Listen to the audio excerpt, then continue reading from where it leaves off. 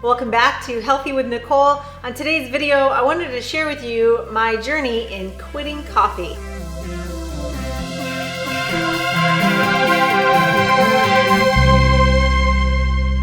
I have been a coffee drinker and a caffeine drinker for almost all of my life. Since I was probably about 18, 19 years old, I started drinking caffeine, first to get me through the college years, and then to get me through my years as a trainer. I wanted more caffeine for those early morning sessions. And then back through graduate school, studying through exams, I powered through with caffeine. And then into having kids and being a mom and not having enough sleep, lots of caffeine. And it just continued all into life. So I have been a lifelong caffeine abuser, and it was finally time for me to give it up. So you might ask, well, why would you ever quit coffee? I love coffee. It's so good. Well, I was actually having a lot of problems, and I was kind of in denial about those problems and how much trouble the caffeine and especially the coffee was causing me. Began really with having anxiety. So I was having some heart palpitations. I was feeling stressed throughout the day. I was feeling moody. I couldn't sleep at night. My sleep had become really disturbed, and I would wake up all throughout the night, or sometimes I couldn't fall asleep until 2 or 3 in the morning. And it was really starting to put my life upended because I just couldn't get enough rest. And so that was after drinking coffee, and a lot of coffee, for the last 2 years. And I had been drinking more and more and more. So I started off with just drinking a couple cups during the morning time, and then that extended to more and more throughout the day, and then iced coffee. And then, by the last, when it came time for me to quit coffee, I actually was drinking probably, I hate to even admit it publicly, but I think I was drinking about 8 cups of coffee a day. Some of those hot, some of those iced, some of those out at, coffee shops and whatnot. But nonetheless, I was definitely over the recommended dose of 200 milligrams of caffeine per day. And it was probably easily going over 1,000 milligrams of caffeine. And so this is where I finally recognized that, me as someone, as a health educator, as a health coach, as a professional in the healthcare industry, I tried to teach people how to reduce stress and all of that things that come with stress and what it does to your body. And yet here I was drinking all this caffeine. So I felt it was time for me to give it up. And I knew it was going to be tough. So I did kind of document it on my Instagram channel, and maybe some of you followed that. But it was a really interesting journey. So I want to walk you through what that experience was for me once I had decided. So a lot of you that are watching are probably thinking, no way in hell, I'm never giving up my coffee. And I understand that, because that was my attitude as well. And then some people might say, I really recognize that caffeine is giving me problems, but it's so hard to quit. I've tried so many times. So here's the difference. Are you interested in quitting caffeine, or are you committed? Because unless you're committed, it's not going to happen, because the withdrawal that we go through is so extreme.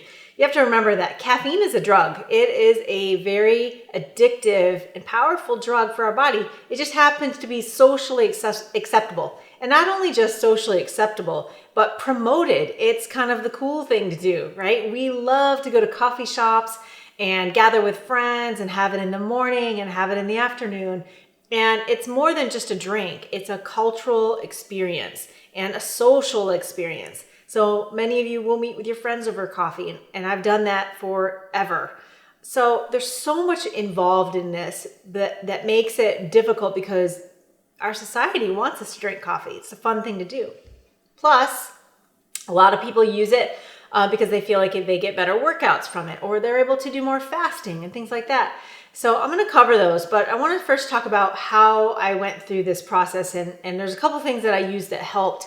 But for the most part, I went cold turkey. Now, I am going to recommend that you do not do that, because I had a pretty miserable experience, and it lasted about a month. So for people that are really, really heavy caffeine users, you're going to have a tough experience in the detox and the quitting of coffee. For people that are just a 1 cup a day, you might be fine. And it's all, I think, individual. I did a lot of research on it. I actually searched on YouTube. I talked to people. I wanted to know, what am I going to be in for here when I quit caffeine? And I was assuming that it was going to be a headache. And so for the first 3 days of quitting coffee, I didn't have any caffeine, and I had a terrible headache after the second day. Terrible headache. Like, I couldn't work. I couldn't do anything. So I ended up taking ibuprofen, something I never do, but it definitely helped me to get over that hump of the headaches that are so debilitating. The other thing is I did it on the weekend, and I am not a napper, but I actually slept all weekend long. I slept on the beach. I took naps. It was amazing, and I actually loved it.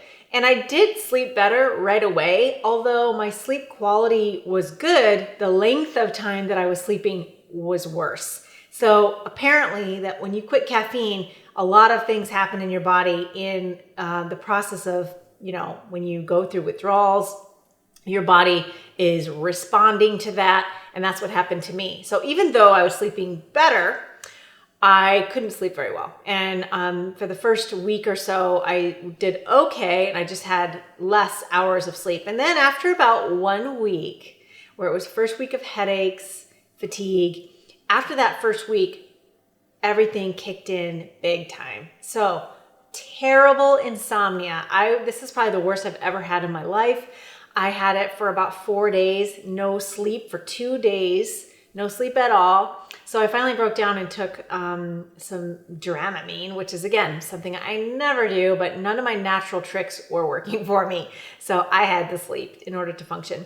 And so I took some Dramamine, and it made me feel terrible the next day, but I did at least get some rest, and then I was able to wean off of that as well. But the insomnia was real, and apparently it's a very real part of transitioning away from caffeine. It's just your body readjusting. Another thing that I had was bad mood swings. I was a grouch, and not just moody, but you get anxiety and depression even though you are coming away from caffeine, and that's what caused a lot of your anxiety. You get it again. I really don't have an explanation for this, but I have heard it from several people that it is a real thing. Also, depression. You figure you're flying really high, right? And when you're not having caffeine, you're operating at a lower level. And so it just feels different. And so it takes some getting used to. And there is some what feels like depression that comes with that, just being at a lower level that you have to get used to. I still continued to work out. I still had great workouts. My energy was stable. It didn't affect me in any of those ways.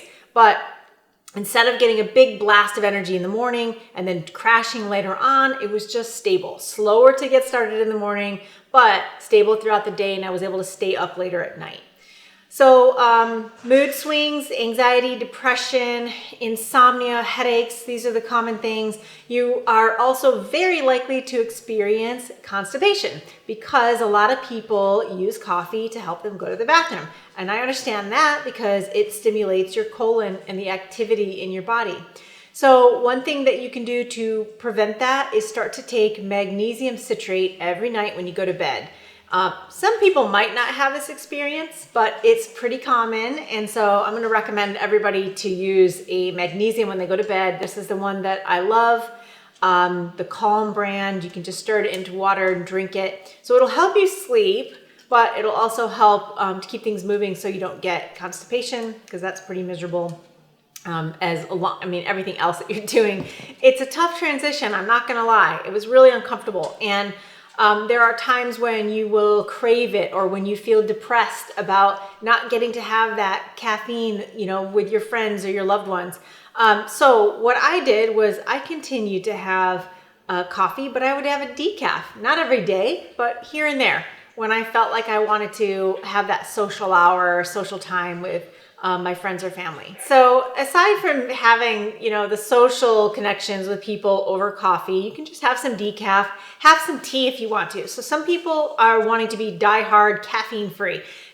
That's fine if you want to, or you can downgrade yourself a little bit. This tea I have used a little bit. I love it.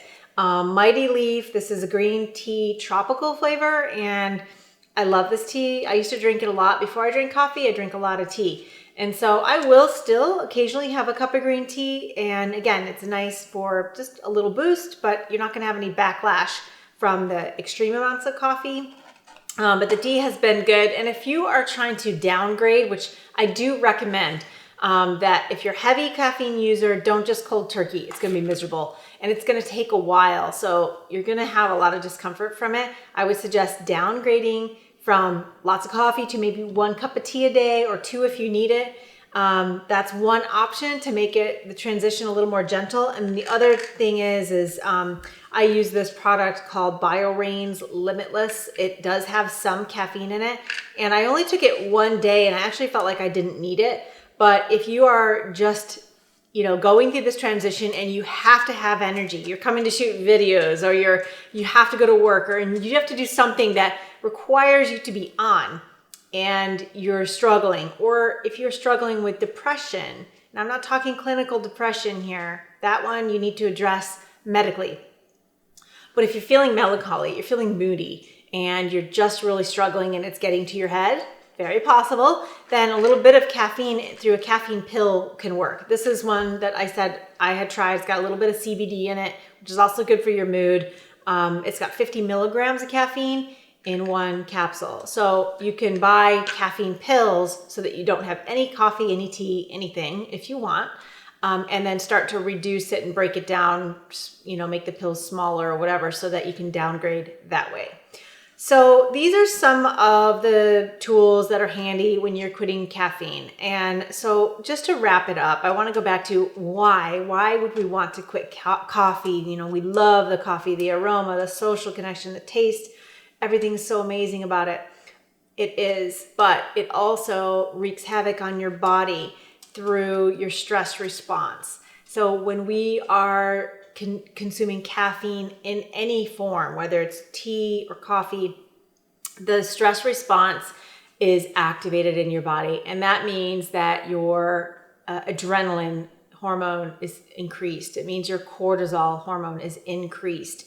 And when those hormones are increasing, we are doing the same thing with our body that is any stressor causes, which is inflammation, which is 90% of the diseases that we have are related to the stress response in the body. So this is the reason that I quit caffeine, is I didn't want to do anything to encourage that stress response.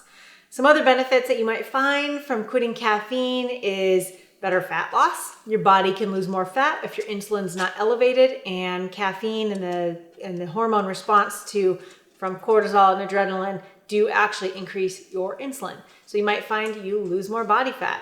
You probably find way better skin. So if you're having dry skin, your skin looks like it's aging, you have any kind of acne, by quitting caffeine, specifically coffee, I have found great changes in my skin that I'm really, really happy about.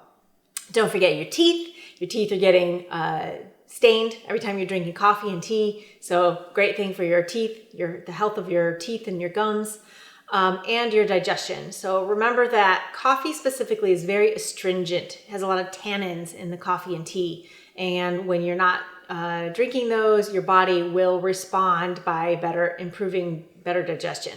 And so we first will have a backlash. A lot of people will have constipation because they're not getting the stimulant to the colon that caffeine causes. But once you recover from that, your body normalizes again, you're going to see better digestion. And the last, and in my opinion, most important that you will find as a benefit from quitting caffeine is energy. So we tend to think that we're going to have more energy by drinking caffeine. Caffeine doesn't give you energy. It actually only masks and hides your fatigue. So you don't realize how tired your body really is when you're drinking a lot of caffeine until you stop, and that's why we feel so tired. And then you realize how much you're really beating your body up every day, how much stress you're under, how much you're overworking or over-exercising. If you need a lot of caffeine to go and do that workout, maybe that workout is really too much for your body. It's really important that we listen to our body, but by reducing that caffeine and giving your body the rest that it needs, this is how we get more energy.